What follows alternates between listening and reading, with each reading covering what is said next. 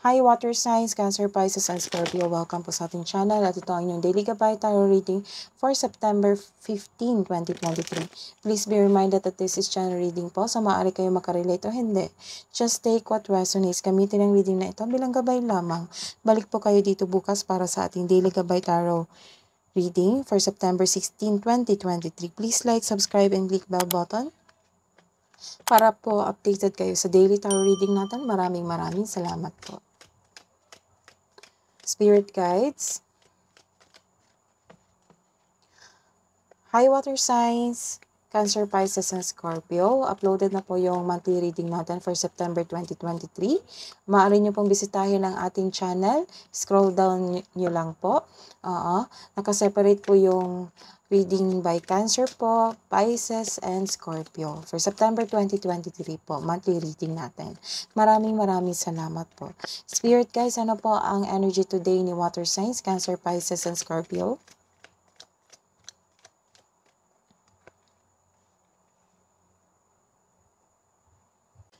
So, this is a reverse card. Nagkaroon kayo ng nag-decide kayo na magbigay ng mahabang pasensya sa isang bagay, sa isang tao. Bakit kaya? Baka may makulit sa inyo? So, nag-decide kayo na magkaroon ng mahabang pasensya. Nagkaroon din ng delay sa inaantay mo. Halimbawa, delay sa travel, delay sa matagal mong hinintay. So, ilan sa inyo makatanggap ng unexpected message na masakit o hindi ka aya-aya. These delays are no accident. They are divinely timed to highlight an important realization. Something you need to recognize bago ka magpatuloy sa iyong gawa.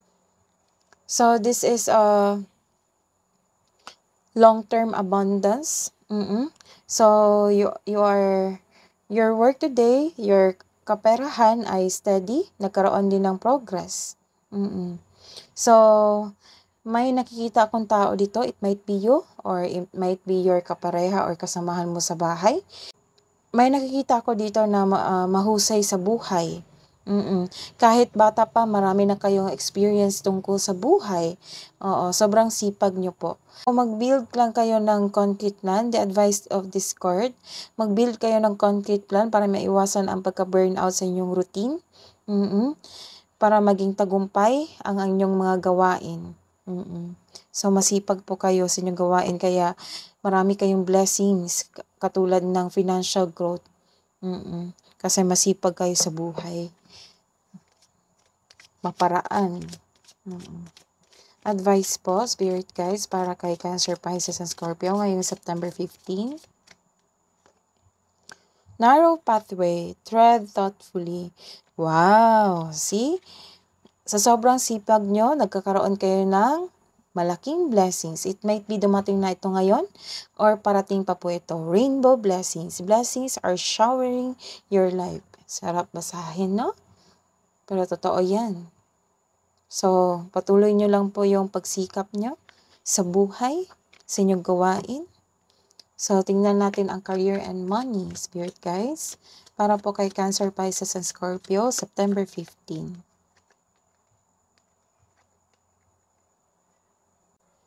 So, this is a reverse card. Nagkaroon po kayo ng disharmony. Nagkaroon pa. Sa ngayon pala, nagkaroon kayo ng disbalance sa inyong buhay, karera at kaperahan. Some of you frustrated na, sana hanap ng pera para pambayad or pangkapital sa inyong negosyo. Pero, don't you worry kasi may darating na blessings po dahil sa inyong pagsisikap. Kasi masipag kayo. So, some of you din, nalilito kayo sa inyong desisyon. Nagkaroon din ng failure relationship towards your co-worker or sa inyong boss. Hindi nagkaroon ng balance sa isang relasyon sa inyong co-worker. So, kailangan nyo isaayos, maging balance sa inyong schedule, sa inyong trabaho, balance sa inyong gawain, sa pagkaroon ng plano. So, this is the advice. Magkaroon kayo ng plano, ng solid plan para hindi kayo ma-burnout sa inyong trabaho. So, this is a good news. It might be, ito yung connection ito ng inyong first card regarding on your career and money. Oo, kasi frustrated kayo dito, disappointed, frustrated. So, patapos na po yung paghihirap nyo. Yung disappointment, mawawala na yan. Kasi nagkaroon ng acceptance. You are moving forward. Papasok na po kayo sa bagong cycle ng buhay nyo. Opo. So, you are decided to move forward para magkaroon kayo nito ng malaking blessings. Wow. So, let's see. Love, romance, self-love din para kay Cancer, Pisces, and Scorpio. Ito yung sabi ko na this is an ending cycle. Tapos na yung paghihirap, yung struggle sa buhay mo. At papasok na po kayo sa new cycle ng buhay nyo. Oo, dala-dala nyo po yung sipag at tiyaga mo sa inyong trabaho. So, you are confident. You are confident sa inyong trabaho, sa inyong sarili, nagkaroon ng self-growth, dala-dala mo yung experience. So, you are divinely guided din. Kasi, kahit hindi mo alam kung ano ba ang yung future na tatahakin mo, na ego mo, talagang nagkaroon kayo ng trust sa inyong intuition. Opo. You are connected to your intuition. So, this is you are doing inspired action. Opo. Nagkaroon kayo ng personal power, nagkaroon kayo ng self-confidence. This is a victory sa inyong sarili, sa inyong buhay pag-ibig, sa inyong buhay kaperahan at karera. So, nagkaroon talaga kayo ng control dito. Nagkaroon ng emotional control sa isang sitwasyon. Nagkaroon din ng control sa kaperahan. Wow. So, kampante ka na sa inyong sitwasyon. At the end of the day, magiging kampante ka sa inyong sitwasyon. So, this card tells you na own your space with confidence. So, this is confidence also. And this is confidence, the Emperor. So, ang ganda ng cards nyo ngayon. Kasi, from struggle, nagkaroon kayo ng sipag. From struggle, nagkaroon kayo ng sipag, nagkaroon kayo ng hesitation, pero nag-move forward kayo. Opo. Frustrated kayo sa inyong gawain kasi gusto nyo maabot. Gusto nyo maabot yung plano nyo sa buhay. Yung kailangan tapusin yung proyekto na meet yung schedule ninyo.